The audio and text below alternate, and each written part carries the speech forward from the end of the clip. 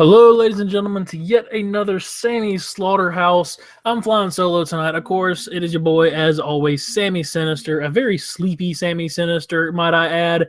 He has worked about 14 days in a row, and he is very, very sleepy. But he couldn't deprive you guys of an NXT Takeover Toronto review, which just finished up not too terribly long ago. And I'm not going to spend too much time on breaking down every spot in every match, because hopefully y'all have seen the shows, but I'm going to kind of give you my impression of every match and my overall impression of the entire show.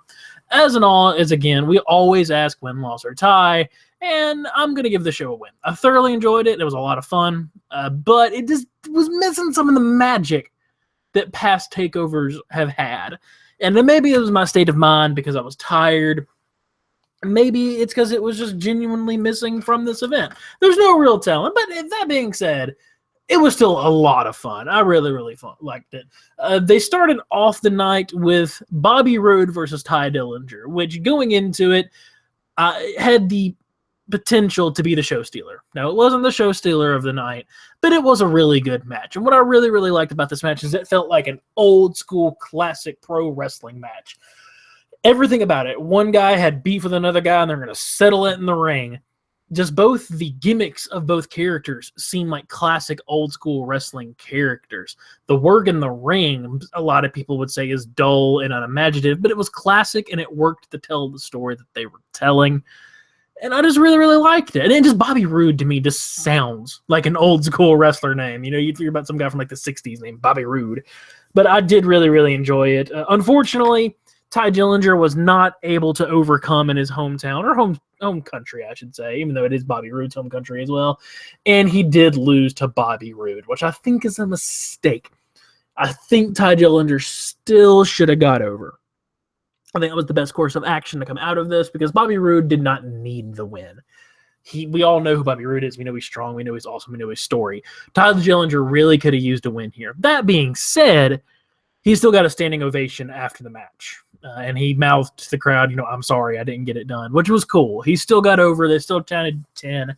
And this guy is the unsung hero of NXT. And he really gets a lot more respect than he does as it is on the main roster. After that, we go into the finals of the Dusty Road Tag Team Classic, which I liked. I did like this match, but I felt like it was missing something. Maybe it's just because TM61 is so bland to me. The Authors of Pain just, they don't say a lot. But they do all their actions in the ring. And they just bleed this menacingness, and it works. And I really like them. Authors of Pain might be my favorite tag team right now. And TM61 are hellaciously talented. They're just bland. But they still put on a hell of a match. There was one spot, I know I said I wasn't going to go every single spot. There was one spot where the crane that is hoisting the box or the cage, whatever you want to call it, above the ring with Paul Ellering in it, one of the gentlemen from TN61 climbed up there and then did a full flip off of it onto the Authors of Pain. That was pretty cool. There were some great feats of strength from TM61, which I didn't expect, but you got exactly what you expected from the Authors of Pain, which is destroying people. I do wish they would have turned on Paul Ellering, and decided they didn't need him anymore. I was really hoping they were going to hit him with the trophy, but when it panned over the trophy, it had a engravement on it of Samoa Joe and and Finn Balor, since they were the first winners of it. So that's a legit thing, and they're not gonna hurt that thing. But it would have been cool to get them some more heat, turn on Paul Ellering. It was cool. They did a after the show segment with Paul Ellering where he said Chapter 1 is over. Chapter 2 was to bring pain, and we did that in the Dusty Rhodes Classic. Now we're on the Chapter 3. We'll watch Chapter 3, and then they just walked away. So that's cool. That adds to air a mystery that these guys have already had to him, especially since the two men themselves haven't spoken English yet. I don't know what they're speaking. I can imagine it's Samoan, but I really don't know what it is, truth be told. I couldn't tell you, but yeah, it was a pretty good match. It's worth checking out. It's definitely worth checking out. We get on to the third match of the night, which was the Revival versus DIY. And let me tell you, ladies and gentlemen, this was phenomenal. This was a classic absolute clinic of a match. Everything about this match was fantastic. It was story, the build, the heat between one another, the actual work in the ring. Oh man, everything about this match was fantastic. It was great. It was absolutely great. I loved it. I mean, again, there was a couple great spots. There was one where Gargano's going to do that dive through the ropes DDT, or the dive through the ropes tackle that he does, but the Revival caught him and directly into a shatter machine for the first fall. That was wonderful. I fucking loved it. That was fucking incredible. Some other moves. The DIY did the shatter machine on, I believe, Dawson. I'm not sure. I can't remember which one they did it on, but it's a lot of back and forth, a lot of psychology, a lot of work in some body parts. It's something that you could put in a class of how do you do tag team wrestling, and it's a perfect example. It's awesome. Now, at the end of the day, DIY does get the win. So they are your new NXT tag team champions, and it's a good choice. It's a good choice because since the Authors of Pain won, which I don't know if I said if the Author of Pain won or not. By the way, Authors of Pain won. Since the Authors of Pain won, it has somebody for them to go after, and I have a feeling that that's what they're going to do next. They're going to go after they're going to go after Team DIY, and the Authors of Pain will just absolutely massacre them, which is the best story that you can tell to me. And I'm talking like, it's got to be bad. It's got to be a true massacre. Really, really great match. Worth checking out. We get to the second to last match of the night, which was Asuka versus Mickie James. And I got to be honest with you, I could have given it I could give a shit about Mickie James. I really could. It didn't make a fucking lick of difference to me. Pleasantly surprised, though. Very, very pleasantly surprised by this match. She did a great job of not making Asuka look weak while making Mickie James. Mickie James really gave her a run for her money, and Asuka really had to win. There were some great hard kicks from both ladies. A lot of great work. Match was a little short for me. It was a little short. Mind you, at one point in time, for maybe a minute or two, my WWE network completely went down because fucking Vince McMahon hates me for whatever reason. That son of a bitch. And so I had to jump back on real quick and get it working again. But I don't think I missed too awful much. Some great holds. Asuka does get the victory in the end with a crossface. The finish seemed rushed to me. It seemed really, really rushed. She didn't get in the full Asuka lock. I would have waited until she got in the full Asuka lock, then threw it in there. And of course, Asuka takes that one more step towards the heel because they're both in the ring afterwards. And then Mickie James offers her hand, and Asuka just holds up the championship and walks off like a bamf. And Asuka continues to be my favorite women's wrestler in the entire world. And it was great. It was great. By the way, if I just randomly disappear and have to cancel this thing on you guys, it's because my son is not feeling very well. Sammy Synister Jr. is having a little bit of trouble, so I might have to dip out early on y'all. But he is asleep right now. But if y'all hear that oh-so-familiar daddy call from the upstairs, it's because Sammy Sinister's got to go check on Sammy Synister Jr. Asuka does retain in the end. She's still your NXT Women's Champion. Then we get to the finale, the grand thing, the fucking main event of NXT Toronto. Shinsuke Nakamura versus Samoa Joe. God damn, what a match. Poor Samoa Joe. And I know that's a weird thing to say. Poor Samoa Joe. Samoa Joe in the last year has been in some of the best matches of the year. He really has. All his matches with Balor, great. His match with Nakamura, great. It just sucks that every time he's on the card, there's somebody on the undercard that just steals the show and has one of the best matches of their life. And so it kind of takes away from what Joe is doing in the main event. But this is a fantastic match. There was some wonderful back and forth. Both guys pulled some new stuff out of their arsenal.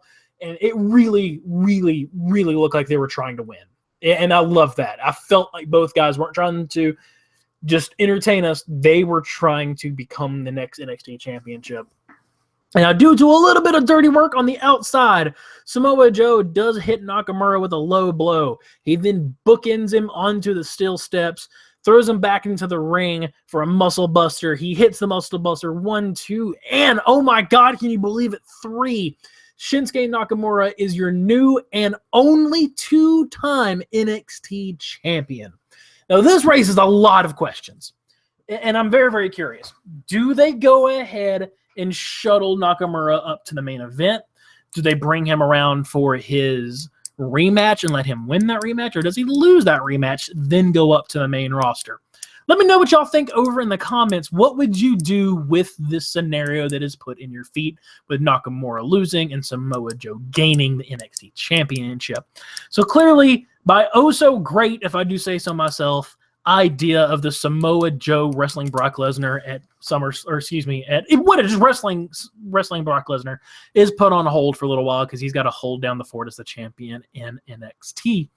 I still stand by the fact that I would go into Survivor Series and at the last minute have Shane McMahon come out and not at all ring gear and go, guys, it's just, we had to make a last minute substitution. I'm in no way, shape, or form ready to wrestle. I can't do it. I'm the general manager. I can't risk to get hurt and not being able to run the company. But we got somebody to back up. And I do say he is a hell of a backup. And then Shinsuke Nakamura comes out. That's what I would do. I think that would be great. That's a great way to go ahead and introduce him to the main roster audience. And then you can still keep him on NXT for a little while because that keeps people wanting to watch NXT. If they see this new guy and they're like, oh my God, he's on NXT. He'll still be there for a little while. And boom, that fucker's on NXT. Just great stuff. A very, very good night. I really, really liked it. I'm going to do a couple of live comments real quick, and I'm going to call it a night, guys. Again, it's just a real long day for me, and I'm ready to put my feet up and relax a little bit. See, Dragon Rider 951. Hey, how you doing, bud? Said, I said it when it was announced, and I'll say it again. It wasn't a prediction. It was a spoiler. DIY Revival 2 out of 3 Falls was the match of the night, and you're absolutely correct. I expected it to be an absolute fantastic match because I think the Revival is the greatest, might be the most talented tag team on the roster. And DIY are just fucking phenomenal. They really did steal the show. Not to take away anything from anybody else, but it was a very, very, very good match. It was fantastic. And the other matches are great too. They're really worth watching, all of them. Dragon Rider 951 goes on to say, if it were me booking, well, I would have had Ty beat Rude. I agree. And he says, I would have him face Joe in a TV feud for the NXT title, which I also agree. They can still do that. I think they can have Ty Dillinger go after the NXT Championship. Since he lost, maybe they're wanting to build up a underdog story for him, which is a good story for him. But they really do stay golden for him. He's the unsung hero of NXT. He needs more props, and that's somebody I could genuinely say with the belt one day, because it's about time for some homegrown talent of NXT to win the belt again. Last thing of the night, Dragon Runner 951 says, how you doing, Mr. Sammy? I'm doing fantastic. I hope you stay golden. I'm going to go take care of this sick little boy. I know my camera's not working right now, ladies and gentlemen, but I'm going to go ahead and give you a 2 sweet. Just go ahead and know that I'm throwing that bad boy up there. As always, guys, stick around. We will be bringing you a Survivor Series review tomorrow night. Unfortunately, I will not be there for that, but LK is going to be holding down the fort on that one. So, of course, be ready to jump on that. Should be a lot of fun. Go ahead and throw your predictions in the comments below. We would love to read them. We'll start it all over again Monday night with a Monday Night Raw review. I don't know why the fuck I said it like that. I channeled the ghost of Vince. What the fuck's wrong with me? Anyway, gentlemen, y'all have a great night. Y'all have a safe night. Don't fucking stay inside like I am. Go out there, meet new people. Enjoy your Saturday night. Don't be an old curmudgeon like me. This is Sammy motherfucking Synister, keeping it real. Y'all have a great night. Stay safe. Stay sinister. You know how all the rest of that goes.